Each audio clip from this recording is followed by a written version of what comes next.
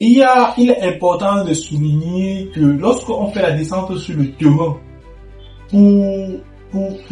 pour la question du groupe électrogène, quand on fait la descente, en plus de regarder la distance de la section du câble, on regarde également l'environnement, la position du groupe électrogène définie par le client, afin de savoir si le groupe électrogène dans cette position sera suffisamment ventilé.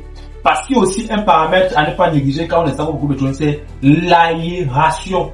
Si votre groupe n'est pas suffisamment ventilé quand il est le lieu où il sera installé, il va chauffer. Et lorsqu'il va chauffer, il va s'arrêter. Vous ne pourrez pas l'utiliser de façon optimale. Parce que les nouveaux groupes, les groupes qui sont faits aujourd'hui sont installés avec des différents capteurs et le contrôle et tout le contrôle. Un peu comme votre véhicule. Le groupe électrogène, c'est le même principe que les véhicules. C'est le même principe. C'est le moteur qui est à l'intérieur. Sauf que la différence du groupe électrogène, c'est que lui, il génère de l'énergie mécanique pour fournir de l'énergie électrique. Donc, c'est pourquoi il est important de toujours faire la descente. La descente vous permet de vérifier tous ces paramètres-là.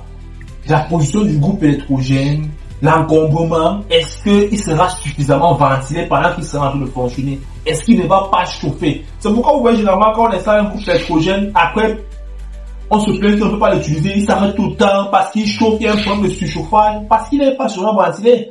D'où on se retrouve parfois à enlever ces groupes et les installer en hauteur pour qu'il y ait plus de ventilation. Vous voyez que ça vous fait un double travail. Ça fait des coûts en plus parce qu'il faut augmenter la section du câble. Il faut encore construire une autre infrastructure qui va permettre de supporter le groupe électrogène et tout le consort. Alors que si vous avez pris la peine de respecter les préalables et les préliminaires avant l'acquisition et l'installation d'un groupe électrogène, vous verrez que vous ferez des choses bien et vous n'aurez pas de tracasserie par la suite. Vous n'aurez pas à subir ce désagrément.